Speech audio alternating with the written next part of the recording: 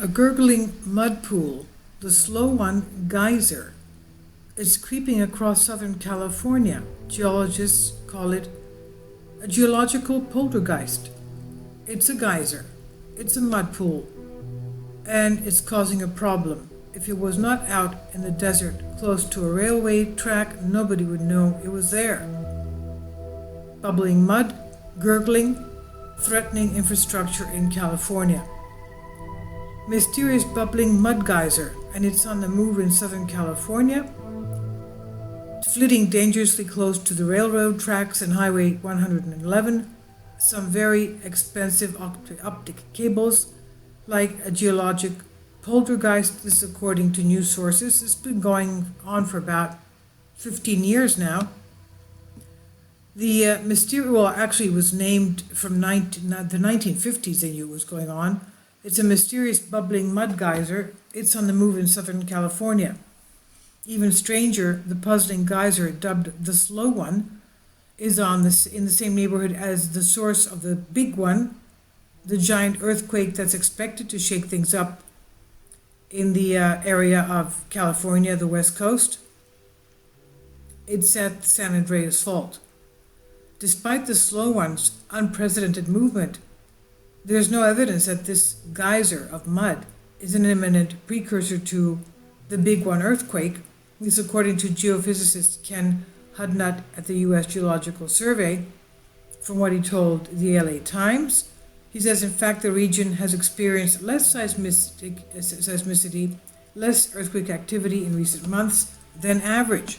Well, that's why they call it an earthquake drought, and that's why they said a big one, a large earthquake is imminent, because of the fact that there has not been that many earthquakes there. Researchers have known about the slow one, they call the Niland geyser, since 1953. It formed when historic earthquakes caused deep cracks underground, and that allowed gases to move up and escape at the surface, and it caused the bubbling mud pools. Now, unlike Yellowstone's Old Faithful, which has molten rock that superheats the circulated hot spring water, the Niland geyser is heated by bubbling carbon dioxide. Bubbling carbon dioxide. Can you imagine? Carbon dioxide is usually a gas. When it's a liquid, can you imagine under how much pressure it has to be to become a liquid? Liquid natural gas? And it's bubbling. This is what's causing the Niland geyser. And registers at about 80 degrees Fahrenheit. That's nearly 27 degrees Celsius. That's the heat of the water. Now, after not moving for decades on end, this geyser caught the attention of scientists when it began moving the past few years. David Lynch, a geophysicist, told the LA Times, and then over the past 6 months, the geyser went on an erratic tour, first moving 60 feet over a few months, and then another whopping 60 feet in one single day. Officials reported in Imperial County, where the muddy spring is located. The geyser's latest move is threatening regional infrastructure. This includes the Union Pacific Freight Railroad track going to Huma, Arizona, a petroleum pipeline owned by the energy company Kinder Morgan, a line of fiber optic telecommunication lines owned by Verizon, and a section of Highway 111, which connects Interstate 10 to the California-Mexico border, according to the LA Times. Now, 60 feet a day, that's unbelievable. Alfredo Estrada, Imperial County's fire chief and emergency service coordinator, said it's a slow-moving disaster. So far, attempts to halt the geyser have not worked. For instance, one thing the officials did is try to drain some of the moving spring's water.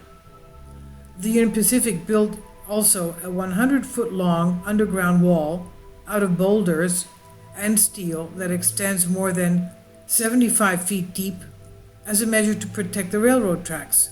But that didn't work either, because Mother Nature simply shrugged shoulders.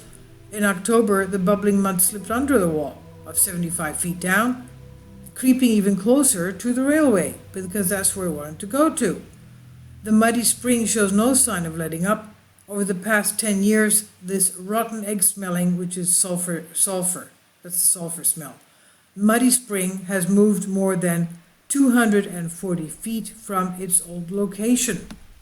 So far, this spring, this mud geyser, has carved an approximate 24,000 square foot basin that's about 18 feet deep and 75 feet wide, according to research by Lynch and his colleagues.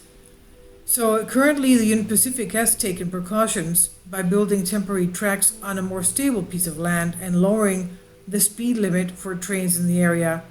This is according to the Los Angeles Times again.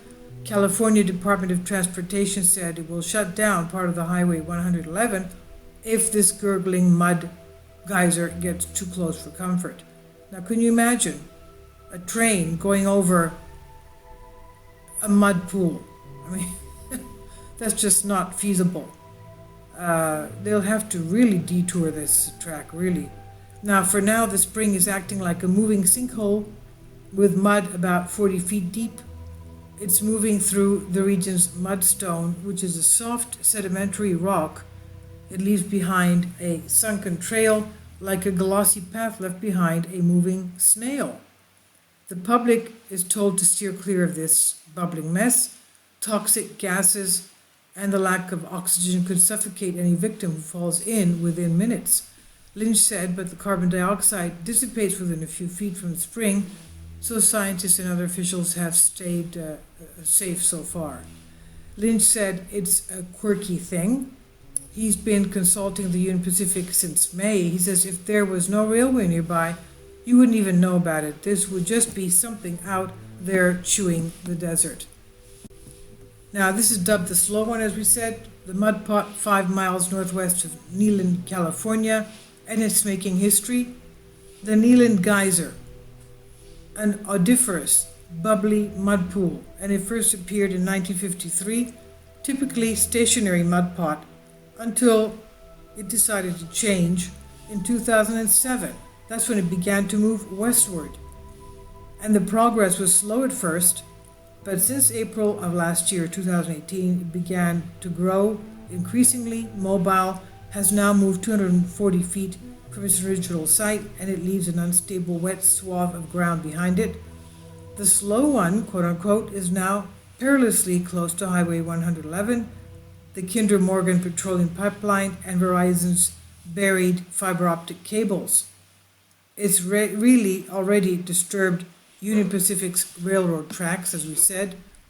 This mud geyser, they're not unusual in thermal areas, places where heated water and gas bubble up through underground cracks and crevices, warmed from the Earth's hot interior. As we said before, this one here is warmed by liquid carbon dioxide. That's not good. It's like there's a lake of carbon dioxide under there, and we know that that's not far actually from the Salton Sea, which has a volcano, which is Southern California, which is full of mud pot geysers. Now, the water and hydrogen sulfide gas combine to form sulfuric acid in this area, breaks down the rock into stinking mud. So that's from the chemicals in the liquid, of course. The gas is coming out. The gas emissions break down the rock. The mud pot, not particularly too hot, it's measured about 80 degrees Fahrenheit, and it also emitting much more water than most mud pots, about 40,000 gallons a day. That's big. Experts now calling it a mud spring. 40,000 gallons a day. In June of 2018, Imperial County declared an emergency for the area. Efforts to contain and drain and otherwise stop the migrating mud geyser spring of 40,000 gallons a day. Can you imagine?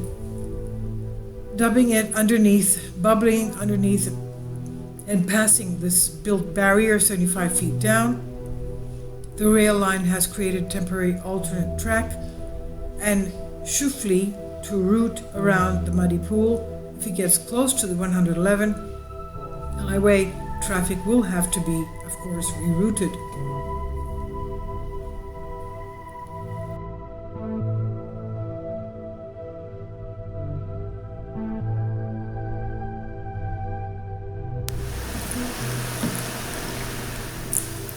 If you'd like to join me on my Patreon account, you will hear content not covered by mainstream media. These riveting stories will be based on my research, and I will state my opinions and give my personal insight on diverse and controversial subjects and world events not covered by mainstream media, and not supported by YouTube guidelines. So whatever I have on my Patreon, most of those will not be on my YouTube channel. Please consider becoming a member today. More of the most significant and important videos will be on my Patreon channel. Your support helps me to continue my research and keeps this YouTube channel alive. And we depend on your support, your generous charity, because we help economically challenged families here in Athens, Greece, in Kapota, and we also help the young generation with university tuition and the community around our church. Thank you.